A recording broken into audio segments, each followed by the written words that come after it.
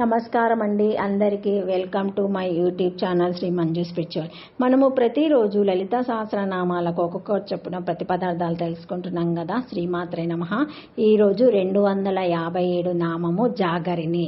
ప్రతి పదార్థం జాగ్రత్త అవస్థను పొందిన జీవ భిన్న స్వరూపిణి. సర్వేంద్రియ జ్ఞానములు గల విశ్వడను జీవుని అవస్థకు జాగరమని పేరు. అట్టి జాగరావస్థ అభిమాని జీవస్వరూపురాలు. ఈశ్వర ప్రత్యభిజ్ఞ అనే గ్రంథంలో జాగరావస్థను గురించి ఇట్లా ఉన్నది.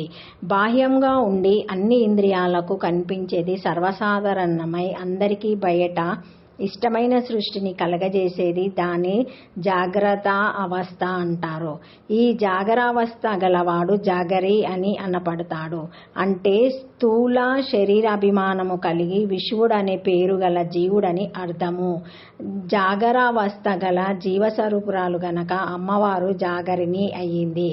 జాగ్రత్త అవస్థలో ఉండే జీవుడికి సర్వేంద్రియ జ్ఞానం ఉంటుంది కాబట్టి స్థూల శరీర వ్యవహారాలన్నీ నిర్వర్తింపబడుతున్నట్లు తెలుస్తుంది.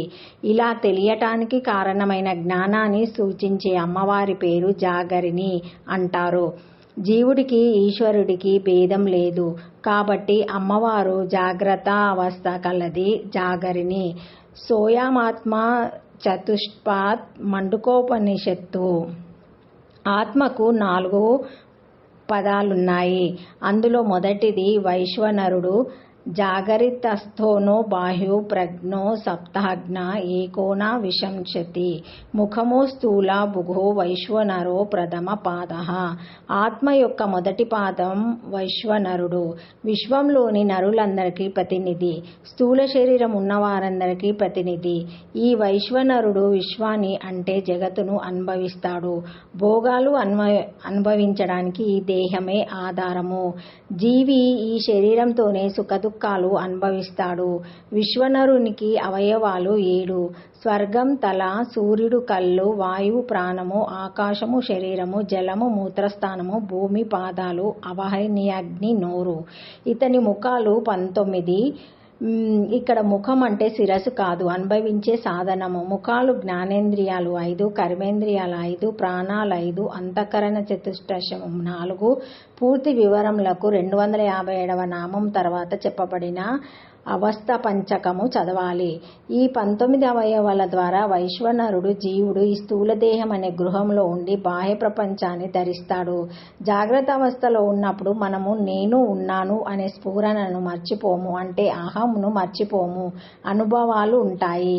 ఈ 19 వైశ్వనరుని నోళ్ళు. వాటి ద్వారా మనము బాహ్య ప్రపంచాన్ని అనుభవిస్తున్నాము. స్థూల ప్రపంచాన్ని అనుభవించే స్థితి వైశ్వనరుడిది. ఈ నామము వైశ్వనరుడికి మాతకు అభేదము. గృహస్థకు గృహంలాగా జీవికి దేహం ఆధారమై ఉన్నది. జగత్తులో ఇటువంటి దేహానికి ప్రతినిధి వైశ్వనరుడు. జాగ్రత్త అవస్థ ఇతని సంచార స్థానము. ఆ రూపంలో ఉన్నది కాబట్టి పరమేశ్వరి జాగరిణి అనబడుతుంది. ఓం జాగరిణ్యాయ నమః. చతురాక్షరి. శ్రీమాత్రే నమః. Thank you for watching my video. Please like, share, comment, subscribe to my channel. మరిన్ని వీడియోస్తో మళ్ళీ కలుస్తానండి. Thank you. బెల్ అనే ఐకాన్ బటన్ ప్రెస్ చేసి సబ్స్క్రైబ్ చేసుకోగలరని కోరుతున్నాను.